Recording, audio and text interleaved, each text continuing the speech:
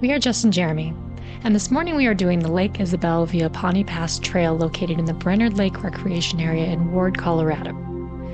Our day started out around 5 a.m. and we hit the road just as the sun was rising over the Colorado mountain range. Upon arriving to the Brainard Lake Recreation Area, we were greeted by a friendly attendant who checked and scanned our parking QR code. Parking a vehicle for hiking the Lake Isabelle Trail requires a parking registration at the Brainard Lake Picnic Area parking lot. We booked ours about a week in advance in mid-June for the 6 a.m. to 8 a.m. time slot.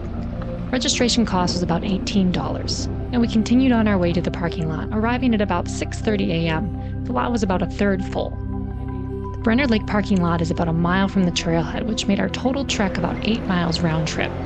The parking lot nearest to the trailhead typically doesn't open until the first week of July.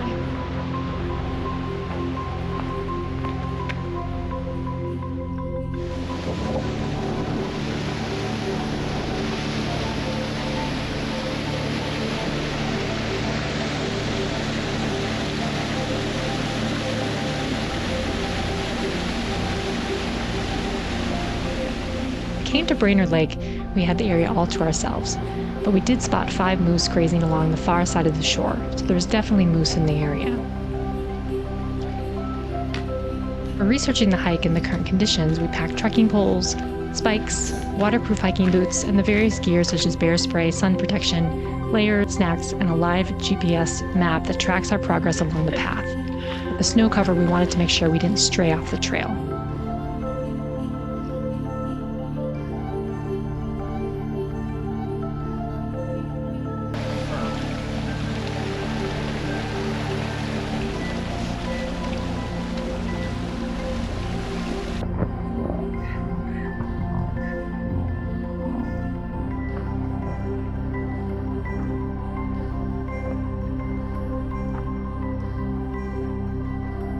The trail started by passing us through a beautiful alpine forest with small lakes, wet marshes, streams, and the main river. The conditions were muddy and snowy in parts, but easy to pass. The forest eventually opened up and the trail got rougher as the incline increased. We encountered very few hikers on our ascent.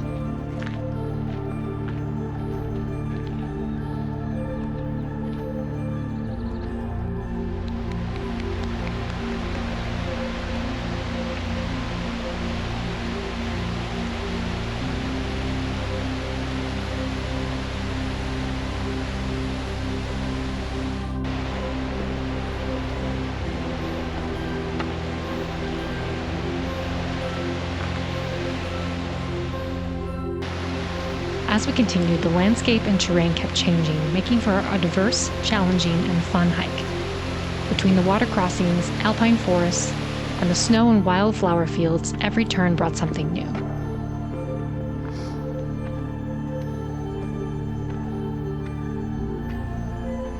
We eventually passed Long Lake and began our trek over Pawnee Pass, and made our way up toward Lake Isabelle.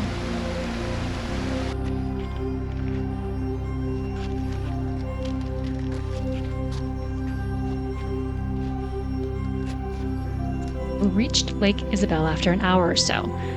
The lake was perfectly clear and still, mirroring the bluebird sky, surrounding rock, snow, and lush greenery.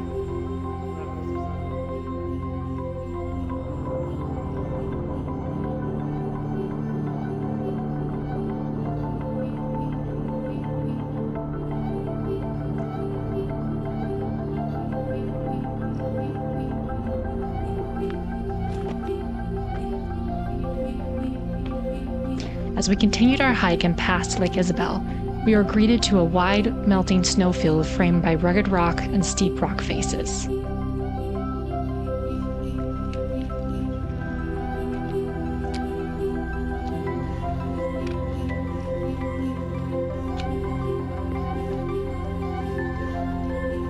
As we approached the snowfield, we pulled out our trekking poles and microspikes.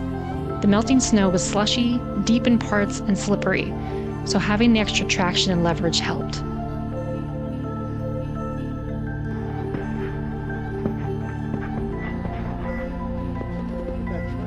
With the deep snow field, we relied on our GPS map and steps from fellow hikers before us to stay on the trail.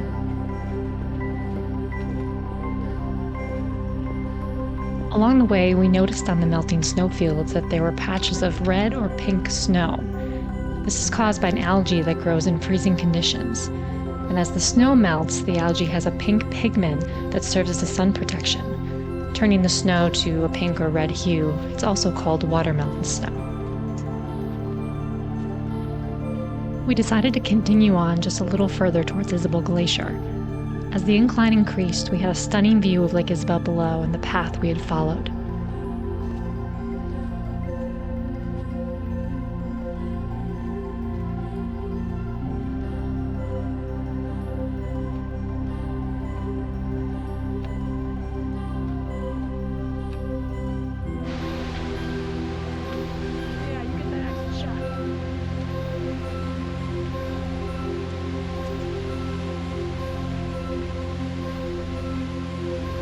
We decided to end our hike up at a waterfall that feeds into Lake Isabelle below. This was a perfect place to stop and enjoy the view.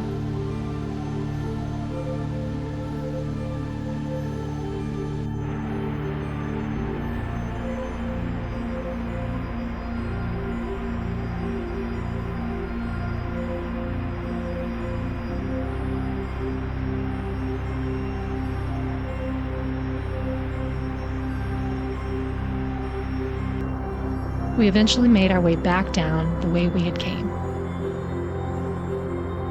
This was a beautiful Colorado hike that had a little bit of everything. Thanks for watching.